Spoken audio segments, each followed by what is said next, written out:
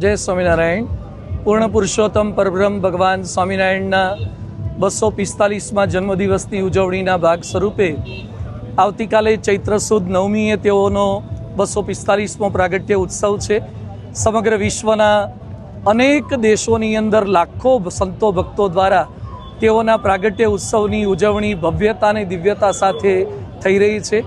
ત્યારે પરમ પૂજ્ય મહંત સ્વામી મહારાજના આશીર્વાદથી રાજકોટ BAPS સ્વામિનારાયણ મંદિર દ્વારા આવતીકાલે તેની ભવ્યતાથી ઉજવણી થશે. તેના એક ભાગ સ્વરૂપે આજે રેસકોર્સથી શરૂ કરી સમગ્ર રાજકોટના રાજમાર્ગો ઉપર સ્વામિનારાયણ સંદેશ યાત્રા રેલીનું ભવ્ય આયોજન કરવામાં આવ્યું છે, જેમાં હજારો ભક્તો બાઇક, સ્કૂટી, એક્ટિવા પર, ટુ વ્હીલર પર નીકળી સ્વામિનારાયણ ભગવાનના સંદેશને લોકો સુધી પહોંચાડવાનો પ્રયત્ન કરી રહ્યા છે.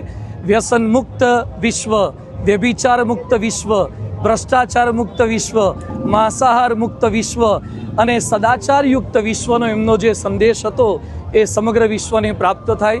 11 થી 17 એપ્રિલ દરમિયાન માનવ ઉત્કર્ષ મહોત્સવ આવી રહ્યો છે, તેના માટે પણ આ વિશિષ્ટ એક સંદેશ અપાઈ રહ્યો છે. તો ખાસ ભગવાન સ્વામિનારાયણના 245મા પ્રાગટ્ય પર્વે તેઓના અખંડ ધારક સંત મહંત સ્વામી મહારાજના ચરણોમાં પ્રાર્થના કરીએ છીએ. સ્વામિનારાયણ ભગવાનનો સર્વજીવ હિતાવ સંદેશ દરેક લોકો ઝીલીને સમગ્ર વિશ્વ એક પરિવારની જેમ યુદ્ધ મુક્ત, આતંકવાદ મુક્ત, ભય મુક્ત અને ગુના મુક્ત વિશ્વ બને અને એક પરિવારની જેમ રહી શકે, જેમના ચરણોમાં પ્રાર્થના. સૌ કોઈને જય સ્વામિનારાયણ.